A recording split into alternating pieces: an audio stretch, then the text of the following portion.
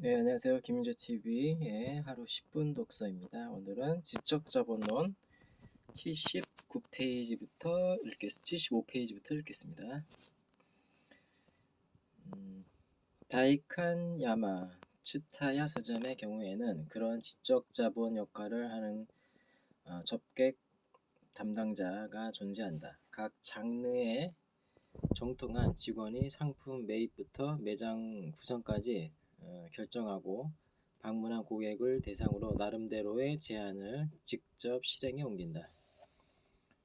요리 코너라면 일본을 대표하는 출판사에서 여성 잡지 편집장을 담당했던 편집자가, 여행 코너라면 20권 이상의 가이드북을 출간한 여행 저널리스트가, 자동차 코너라면 마니아들로부터 절대적인 지지를 모은 자동차 바이크 전문 서점 직원이, 인문 문학 코너라면 수많은 인류 작가들로부터 신뢰를 얻은 유명 서점의 카리스마 넘치는 직원이 우리의 콘셉트에 공감의 접객 담당자로서 가담해줬다. 그들과의 만남이 없었다면 다이카냐마 츠타야 서점은 존재할 수 없었을 것이다. 그런 사람들과의 만남은 어떻게 만들어야 할까? 이 부분에 있어서는 딱히 확립된 절대적인 방법론은 없다. 만남은 로맨틱한 말이다. 우연에 의해 좌우되는 것이기 때문이다. 단 그런 우연이나 행운에 따라 이루어지는 것이라는 전제하에 한 가지 덧붙일 수 있는 것이 있다면 그런 사람들, 고도의 접객 담당자들, 보수나 대우라는 외적 조건만으로는 움직이지 않는다는 사실이다. 물론 외적 조건은 당연히 제대로 갖춰져 있어야 하지만 그것은 전제에 지나지 않는다. 그 전제 위에 그들이 재미있을 것 같다라고 느낄 수 있는 구심력을 갖춘 이념이 존재해야 한다는 점이 열쇠다. 내가 사장이고 그들이 사원이라고 해서 나는 자본가이고 그들은 노동자라고 생각해서는 안 된다. 우리의 관계는 결코 그런 도식으로 표현될 수 없다. 그들이야말로 확실한 지적 자본을 보유하고 있는 자본가이기 때문이다. 그런 의미에서도 그들과 나는 직렬 관계가 아니라 병렬로 놓인 관계다. 그런 인식 없이 우수한 전문가와 협업 관계를 구축하는 것은 불가능하다.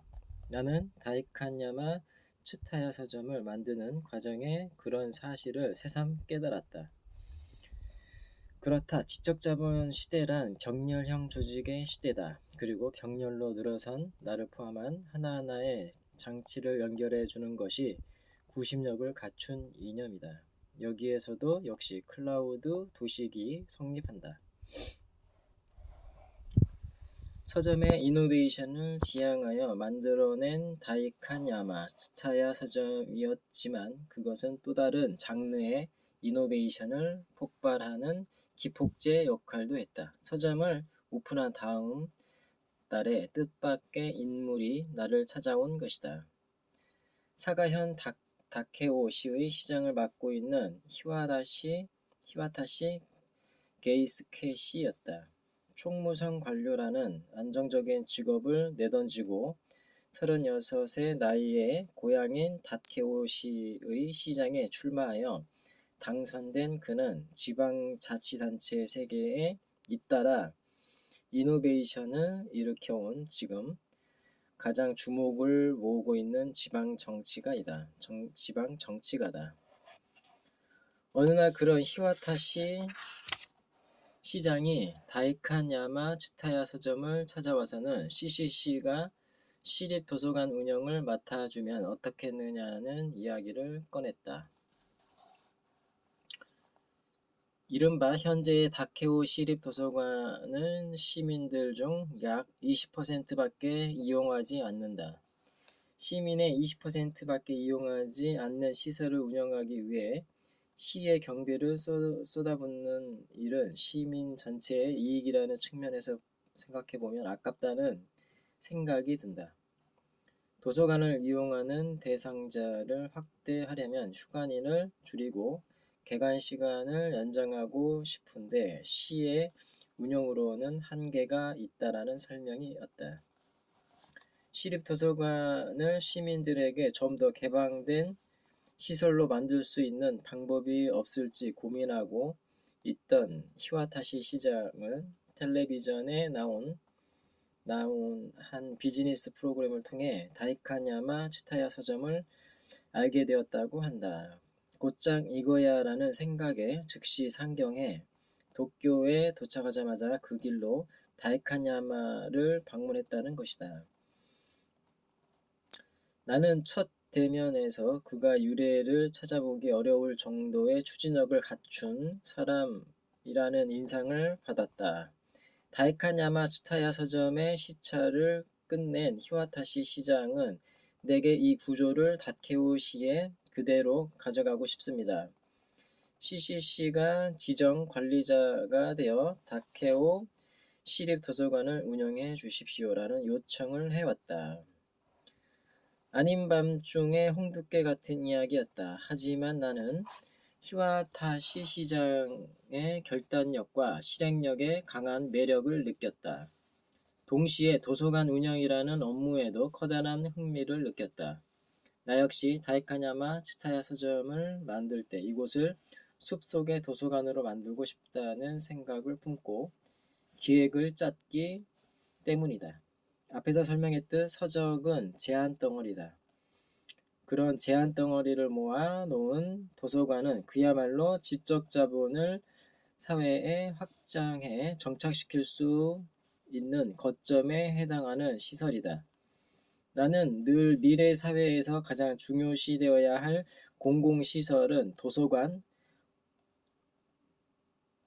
과병원이라고 여기고 있었다.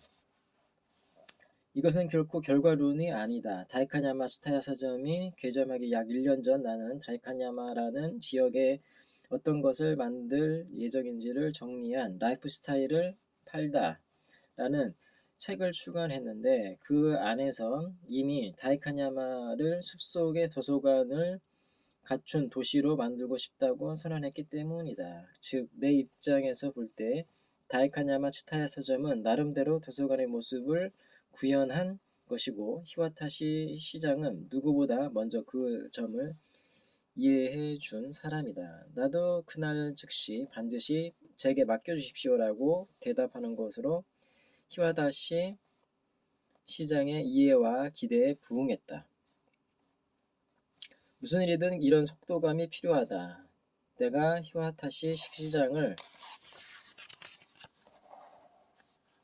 처음으로 만난 것은 2012년 1월 그리고 다케오 시립도서관을 새로 단장해 개관한 것이 2013년 4월이었다. 속도야말로 행정이 시민에게 제공할 수 있는 가장 큰 부가가치라고 생각하는 히와타시 시장의 입장에서 볼 때 몇 년이 걸리더라도 반드시 도서관을 개혁한다라는 스타일은 도저히 받아들일 수 없는 태도였을 것이다. 문제는 지금 여기에 존재한다. 그것을 방치해둘 수 없다는 것이 시장의 자세였다.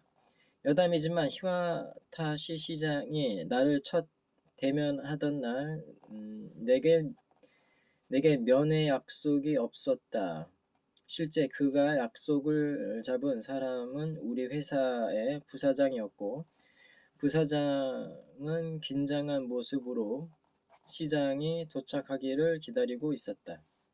그런데 시장이 다이카냐마 츠타야 서점에 도착했을 때 나는 우연히 도로에 서서 매장을 바라보고 있었다. 텔레비전 프로그램을 통해 내 얼굴을 알고 있던 시장이 먼저 내게 말을 걸었고 우리는 길 위에 서서 대화를 나누게 됐다. 그때 바로 CCC가 다케오 시립도서관의 지정 관리자가 되어 달라는 대강의 이야기를 끝내버렸다.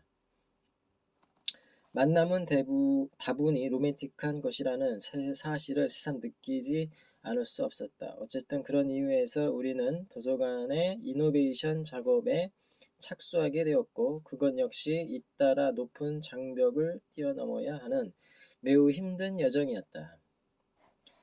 예, 오늘은 여기까지 읽겠습니다. 감사합니다.